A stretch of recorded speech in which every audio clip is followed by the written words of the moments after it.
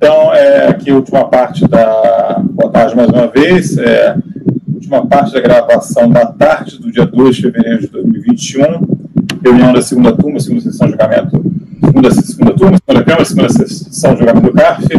Estamos tratando aqui de o tema imposto de renda da pessoa física, moléstia grave, a relatoria da doutora Sara, item 46 da pauta, interessado Wolf de ter. Vamos passar para... Então, continuando, boa tarde a todos. Então, também é um imposto de renda de pessoa física suplementar, que é o ano calendário 2003. O motivo do lançamento foi a omissão de rendimentos tributáveis recebidos da Previcat Ernst Young. O contribuinte apresentou impugnação, no qual alega em síntese que os valores considerados omitidos são isentos do imposto de renda, uma vez que é portador de moléstia grave, cardiopatia grave, desde 1976. Requereu reconhecimento da isenção, cancelamento da notificação de lançamento e autorização para retificar as declarações de ajuste anual dos exercícios 2005 a 2008, para considerar os rendimentos pagos pelo INSS e pela Previcat como isentos do imposto de renda. A DRJ, eu já olhei, Sônia, não tem você aqui, a DRJ-SP São Paulo 2, eu não sei nem se você era daqui, julgou a impugnação improcedente pelos seguintes entendimentos. Pelo exposto, no que tange ao pedido do impugnante para que essa autoridade julgadora autorize a apresentar de IPF retificadora referente ao exercício 2005 a 2008, tem-se que a iniciativa de retificar as declarações de ajuste anual é própria do contribuinte e independe de autorização do fisco. Analisando o documento médico emitido pela Prefeitura do município de Piracicaba, verifica-se que o médico que assinou afirma que o contribuinte em epígrafe é portador de cardiopatia grave. Não há informação expressa de que no ano de 2003 o contribuinte era portador de cardiopatia grave. Diz somente que em agosto de 2008 o paciente o era. O documento médico de folha 12, emitido por clínica particular, também não traz informação de interesse. Então, o contribuinte apresentou um recurso voluntário, afirma que o secretário municipal da Prefeitura de Piracicaba não é o único documento que comprova sua doença, que ela está devidamente comprovada por laudos, relatórios, atestados e exames, e que junta um novo documento emitido por médico que o acompanha desde 1999, documento este que não deixa dúvidas de que ele estaria cometido pela doença desde 99. Ele junta jurisprudência administrativa e requer o reconhecimento da isenção dos rendimentos que se discute, o cancelamento da notificação e autorização para retificar as declarações de ajuste a partir de 2004.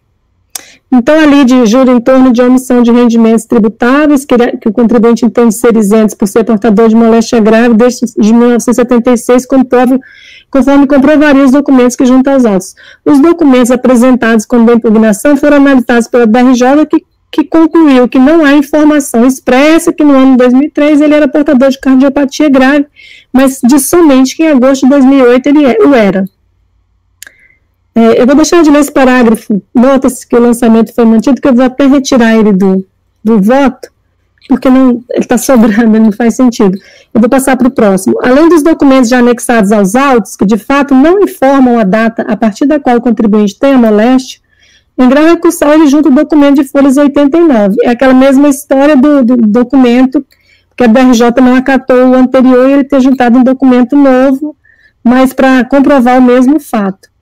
Qual seja um relatório médico no qual o profissional atesta que trata o paciente, o contribuinte, desde 1999, quando passou a apresentar sintomas de isquemia miocárdica e alterações dos exames complementares cardiológicos. Fez cateterismo cardíaco, que revelou a artéria coronária descendente, sendo realizada a angioplastia de implante de stent. Em 2006, quer dizer que já é posterior, né? Então o que interessa para a gente é desde 89, porque nós estamos discutindo aqui o ano de 2003.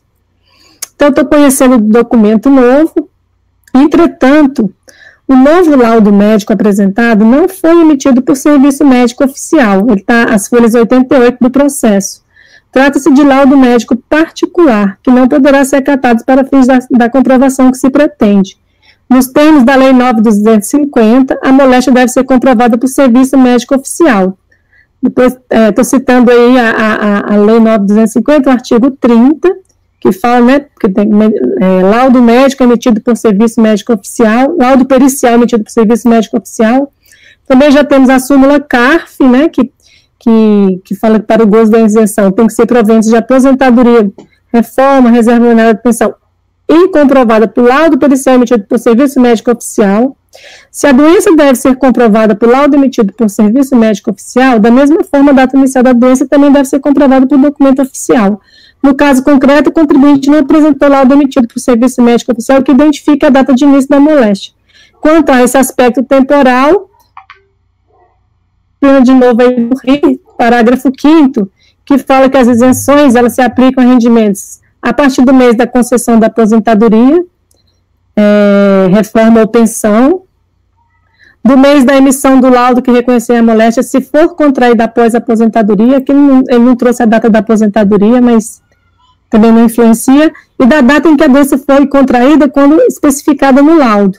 Então, não havendo comprovação por meio de laudo pericial emitido por serviço médico oficial da data em que a doença foi contraída, nos termos dos incisos 1 e 2 acima copiados, considera-se como tal a data de emissão do laudo.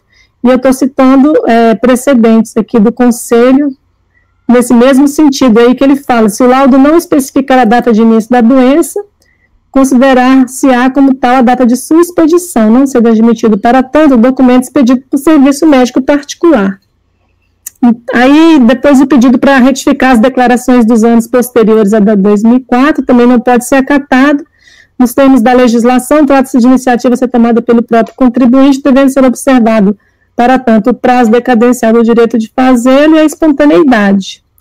E eu trouxe aqui, estou citando aqui a medida provisória do 2189, artigo 18, que fala que a retificação de declarações, nas hipóteses em que admitida, tem a mesma natureza da original, independente de autorização pela autoridade administrativa.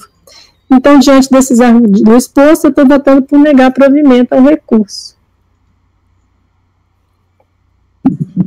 Tá, gente, na verdade, olhar aí, são dois documentos, né? Um está na página 33 e o outro está na página 89, tá? Da página 33, tem algumas características de lado médico oficial, tal, só que não diz que data, né, começou a doença. Aí, então, é de 2008. E aí ele tá, então, não seja por isso, eu vou trazer um laudo aqui dizendo qual é a data, só que o laudo que ele fala que data supostamente começou a doença é emitido por particular. Então, é uma questão de, é só isso, são esses documentos que se examinar, para chegar à conclusão. Eu acho que esse da página, da página 89 também, ele não diz não, né? Ele só fala que em tratamento desde 99, quando passou a ter sintomas de isquemia. Em 2006 que ele foi submetido a troca de aórtica. Então, para o período que é 2003, ainda ficou, ele não está dizendo. Né? Se considerar ele trouxe um outro documento aí, mas assim, é uma cópia que define o que é cardiopatia grave. E assim, dentro dessa cópia,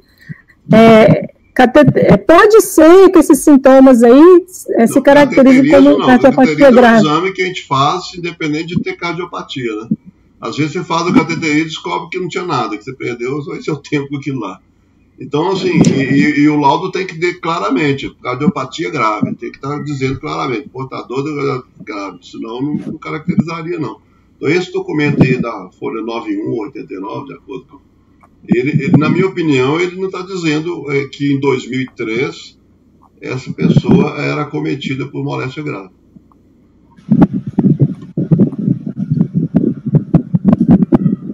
Ok, a sua família está aí, né, o encaminhamento da relatora, e podemos votar, então, se a gente vai mais uma colocação. O Mário. Acompanha a relatora, presidente. Acompanho também. Eu também acompanho. Também acompanho. Também acompanho. Também acompanho. Vou acompanhar também. Então, ficou negar provimento do recurso por unanimidade do item 46 da pauta. Item 47, Sara. 47, Maria de Lourdes Valverde. Ela também tem, se não me engano, são 2 processos dela.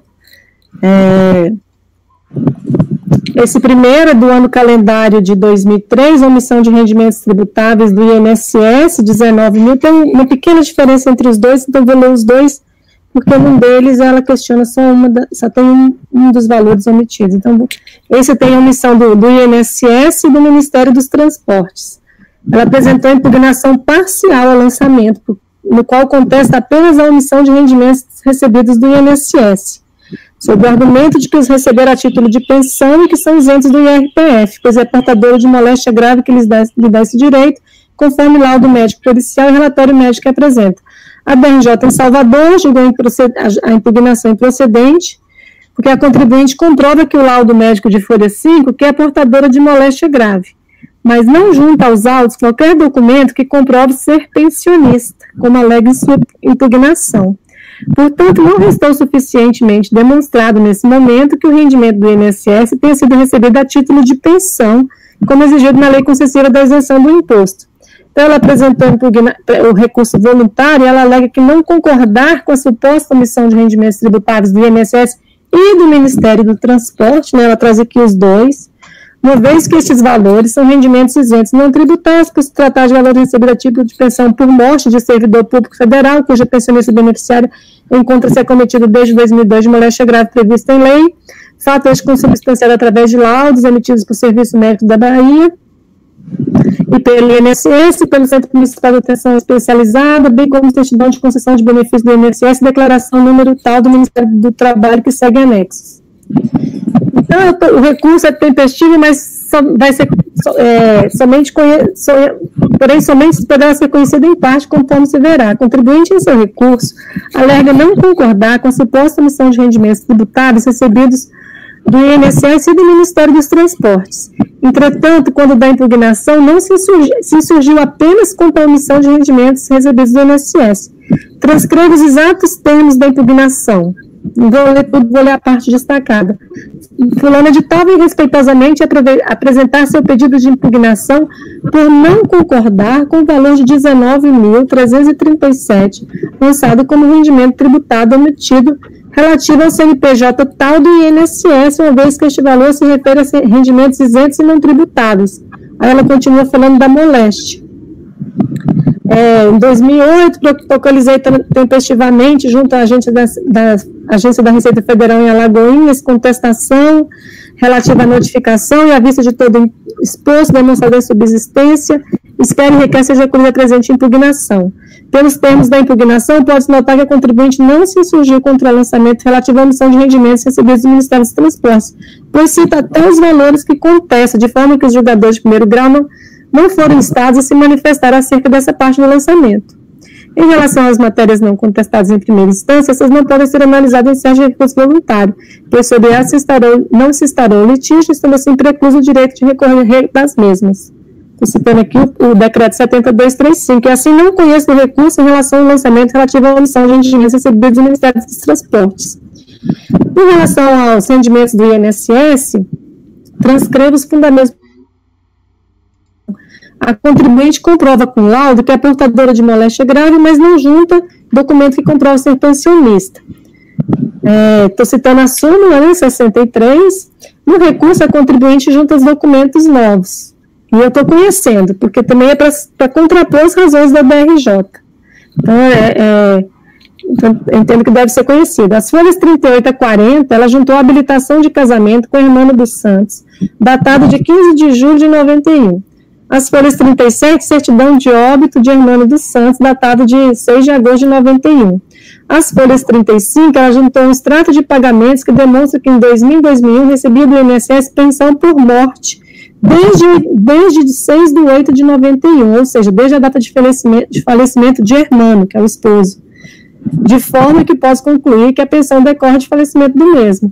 Junto ainda às folhas 34, documento emitido pela Previdência Social que atesta ser a mesma companheira de Hermano, fazendo jus e levantamento dos seguintes valores que seriam recebidos por ele: PIS, PASEP, FGTS, enfim.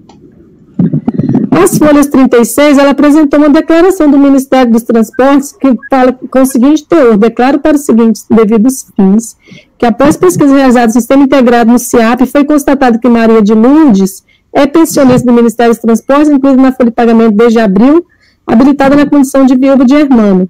Embora tal declaração de folha 66 não se refira aos rendimentos aqui discutidos, serve para comprovar que a contribuinte era de fato pensionista de Hermano, de forma que a pensão recebida do INSS desde 1991 somente poderia ser oriunda de pensão recebida do Hermano.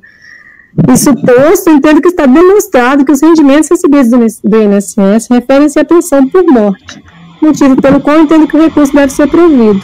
Então, ante o exposto, eu conheço parcialmente do recurso, não conhecendo quanto à omissão de rendimentos recebidos do Ministério do Transporte, para, na parte conhecida, dar provimento ao recurso. Esse é o meu voto. Ok. Dúvidas?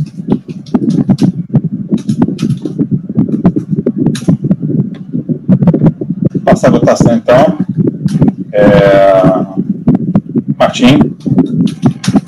Eu. Acompanhe a relatora, presidente.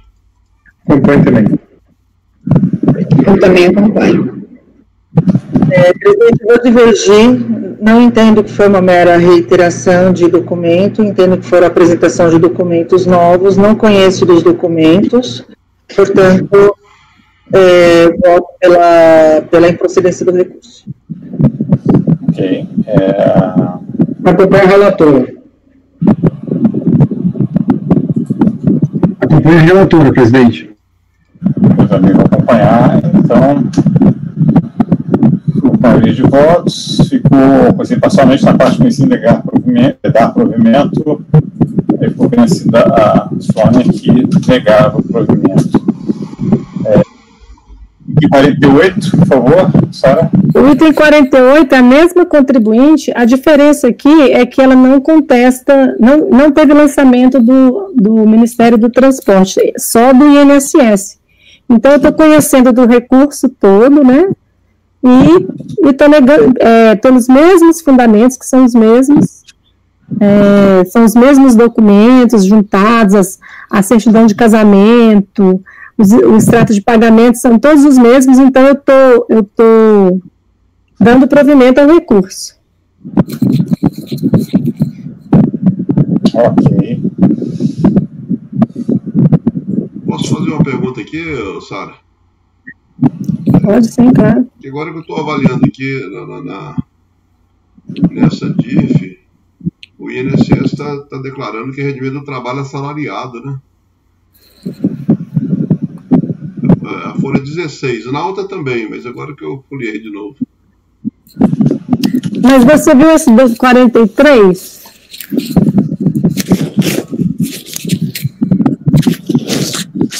Deixa eu abrir aqui.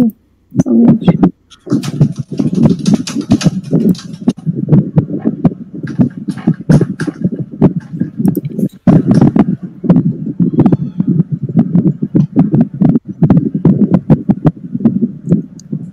Aqui eu fui pelo conjunto probatório mesmo, Mário, porque tinha vários outros documentos, né?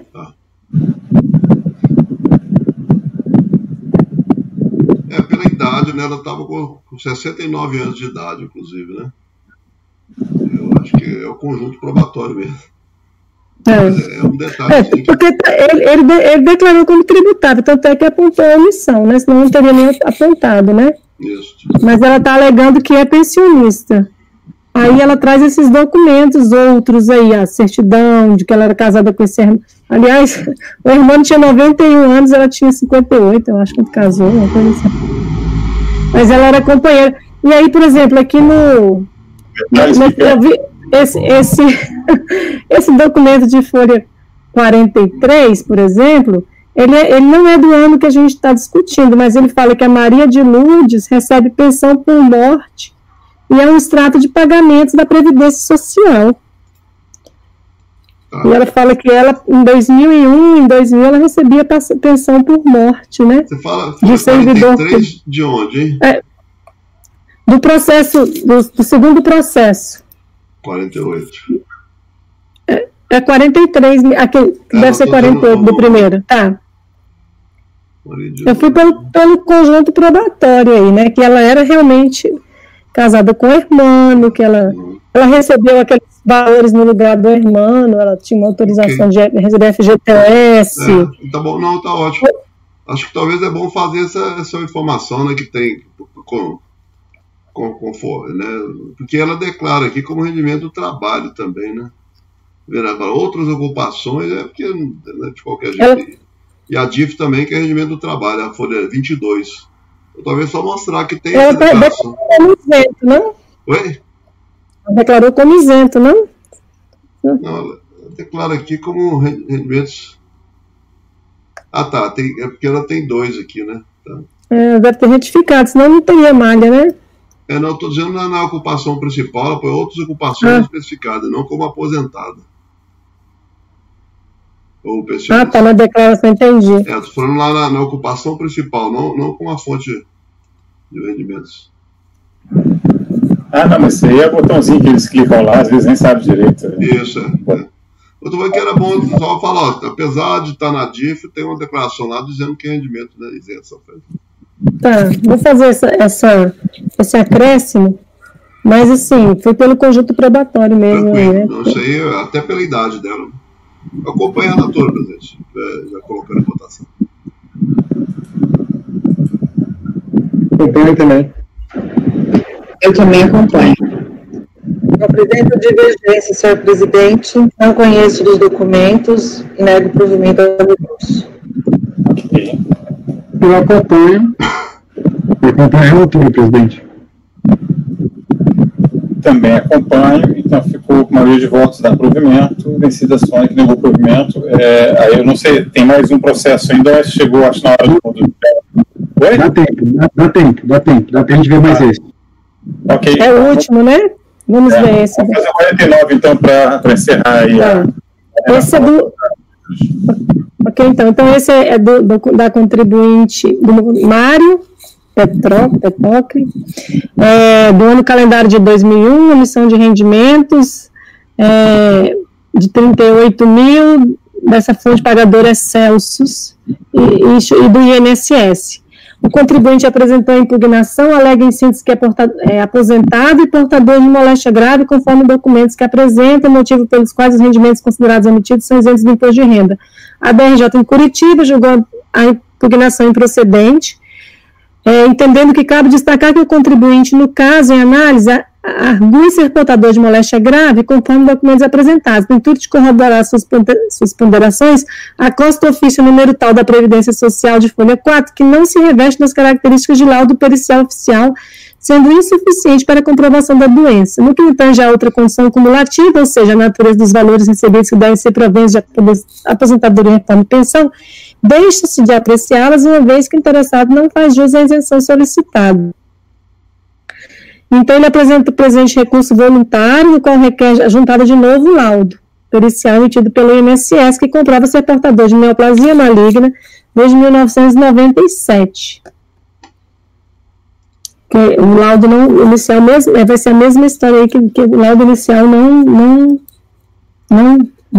tinha as características exigidas pela lei.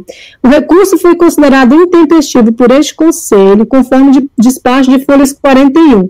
Entretanto, em 2010, o contribuinte apresentou um novo pedido, no qual afirma que o recurso foi protocolado em 14/11/2011, portanto tempestivo, e que a peça protocolada em 15/1/2009, eu acho que essa data aqui, 14/11, deve estar errada, eu vou conferir depois, tá? Refere-se à juntada de novo laudo médico pericial, emitido pelo INSS em 18/12/2008. Então, inicialmente, deve ser analisada a tempestividade do recurso para fins de conhecimento do mesmo ou não. Diante da informação prestada pela Delegacia da Receita Federal em Vitória, copiada abaixo, considera o recurso tempestivo. Pela delegacia diz que, cientificado da decisão do CARF em 30/12/2010, o contribuinte apresentou um requerimento onde questiona a tempestividade e apresenta cópia do recurso voluntário interposto com carimbo do protocolo da DRF de Vitória, datado de 14/12/2008. Tais folhas não constaram do encaminhamento do recurso voluntário feito pela DRF de Vitória ao CARF. Então, dessa forma, eu considero que o recurso é tempestivo e atende aos demais pressupostos de admissibilidade, portanto, dele conheço. Trata-se, então, de omissão de rendimentos, que ele entendeu ser isentos porque é portador de moléstia grave desde 97. A isenção não foi reconhecida pela decisão de piso, por entender que o documento apresentado às folhas 6 não se reveste das características de laudo pericial oficial, sendo assim insuficiente para a comprovação da doença. E no recurso ele junta novo laudo às folhas 56 que eu estou conhecendo. Transcreve inicialmente o entendimento exarado. Eu estou trazendo aqui aquela mesma solução da consulta que fala o que tem que ter o laudo. Talvez assim, igual o Rony colocou, não tenha todos esses detalhes, mas aqui para o caso eu acho que interessa. Então, o laudo de folha 56, analisando o laudo de folha 56, noto que o mesmo apresenta todas as características, ou seja, tem o órgão emissor, a qualificação do portador da moléstia, o diagnóstico da moléstia, os elementos que o fundamentaram, a data em que a pessoa é considerada portadora da moléstia, que é desde 97, se a moléstia é passível de controle ou não, nome completo, assinatura, número, tem todas essas características. Além disso, à luz do que determina a Lei 9.250, o laudo deve ser emitido por serviço médico oficial. A mesma solução antes citada é que somente podem ser aceitos por instituições, laudos emitidos por instituições públicas, mantidas pelo poder público, disciplinando ainda os requisitos, e nos estados e municípios, as secretarias estaduais, os postos de atendimento, também são considerados serviços médicos oficiais. Noto que o novo laudo apresentado foi emitido pelo INSS, de forma que deve ser aceito para fins de comprovação da moléstia grave alegada pelo contribuinte. Aí, conforme a DRJ colocou, ela deixou de apresentar, ela deixou de analisar a outra condição referente a se os rendimentos seriam de aposentadoria, reforma ou pensão. Ela deixou de apreciar esse requisito exigido para que se considere rendimentos isentos, qual seja, seriam oriundos de aposentadoria, reforma e pensão. Mesmo não influenciando no presente julgamento, eu registro que as folhas 21, o contribuinte juntou carta de concessão de sua aposentadoria fornecida pelo INSS, a partir da qual pode-se conferir que ele se aposentou em 14/2/95. Portanto, os rendimentos que se discutem são oriundos de aposentadoria, satisfazendo assim a outro requisito exigido pela legislação para que sejam considerados isentos do IRPF, matéria já simulada. Estou citando a súmula 63, e estou votando por dar provimento ao recurso. Ok, dúvidas? Isso aí que a gente... laudo de INSS é bem parecido em geral quando tem isso aí, né? É um parágrafo que eles fazem, até porque tem uma lei específica, esqueci qual é o número dela, que 10.000, uma coisa, que fala que o INSS faz, digamos assim, meio que responsável por fazer as perícias de imposto de renda, mas é lógico que a legislação de imposto de renda diz que pode ser outras coisas, mas enfim. Aí é sempre isso aí, um parágrafozinho, eles falam, não tem exame, não tem altas avaliações é isso aí, tá? Só para vocês se acostumarem. Enfim, os colegas que estão para votar, a gente pode passar. Mário? Acompanhe a relatora, Bruno. Acompanho também. Também acompanho. Considerando que foi uma retificação de laudo, acompanha a relatora. Eu acompanho também. Acompanho a relatora, presidente. Também acompanho.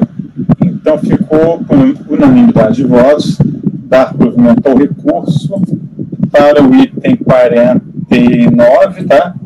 E eu peço para os colegas encerrarem, então, a gravação.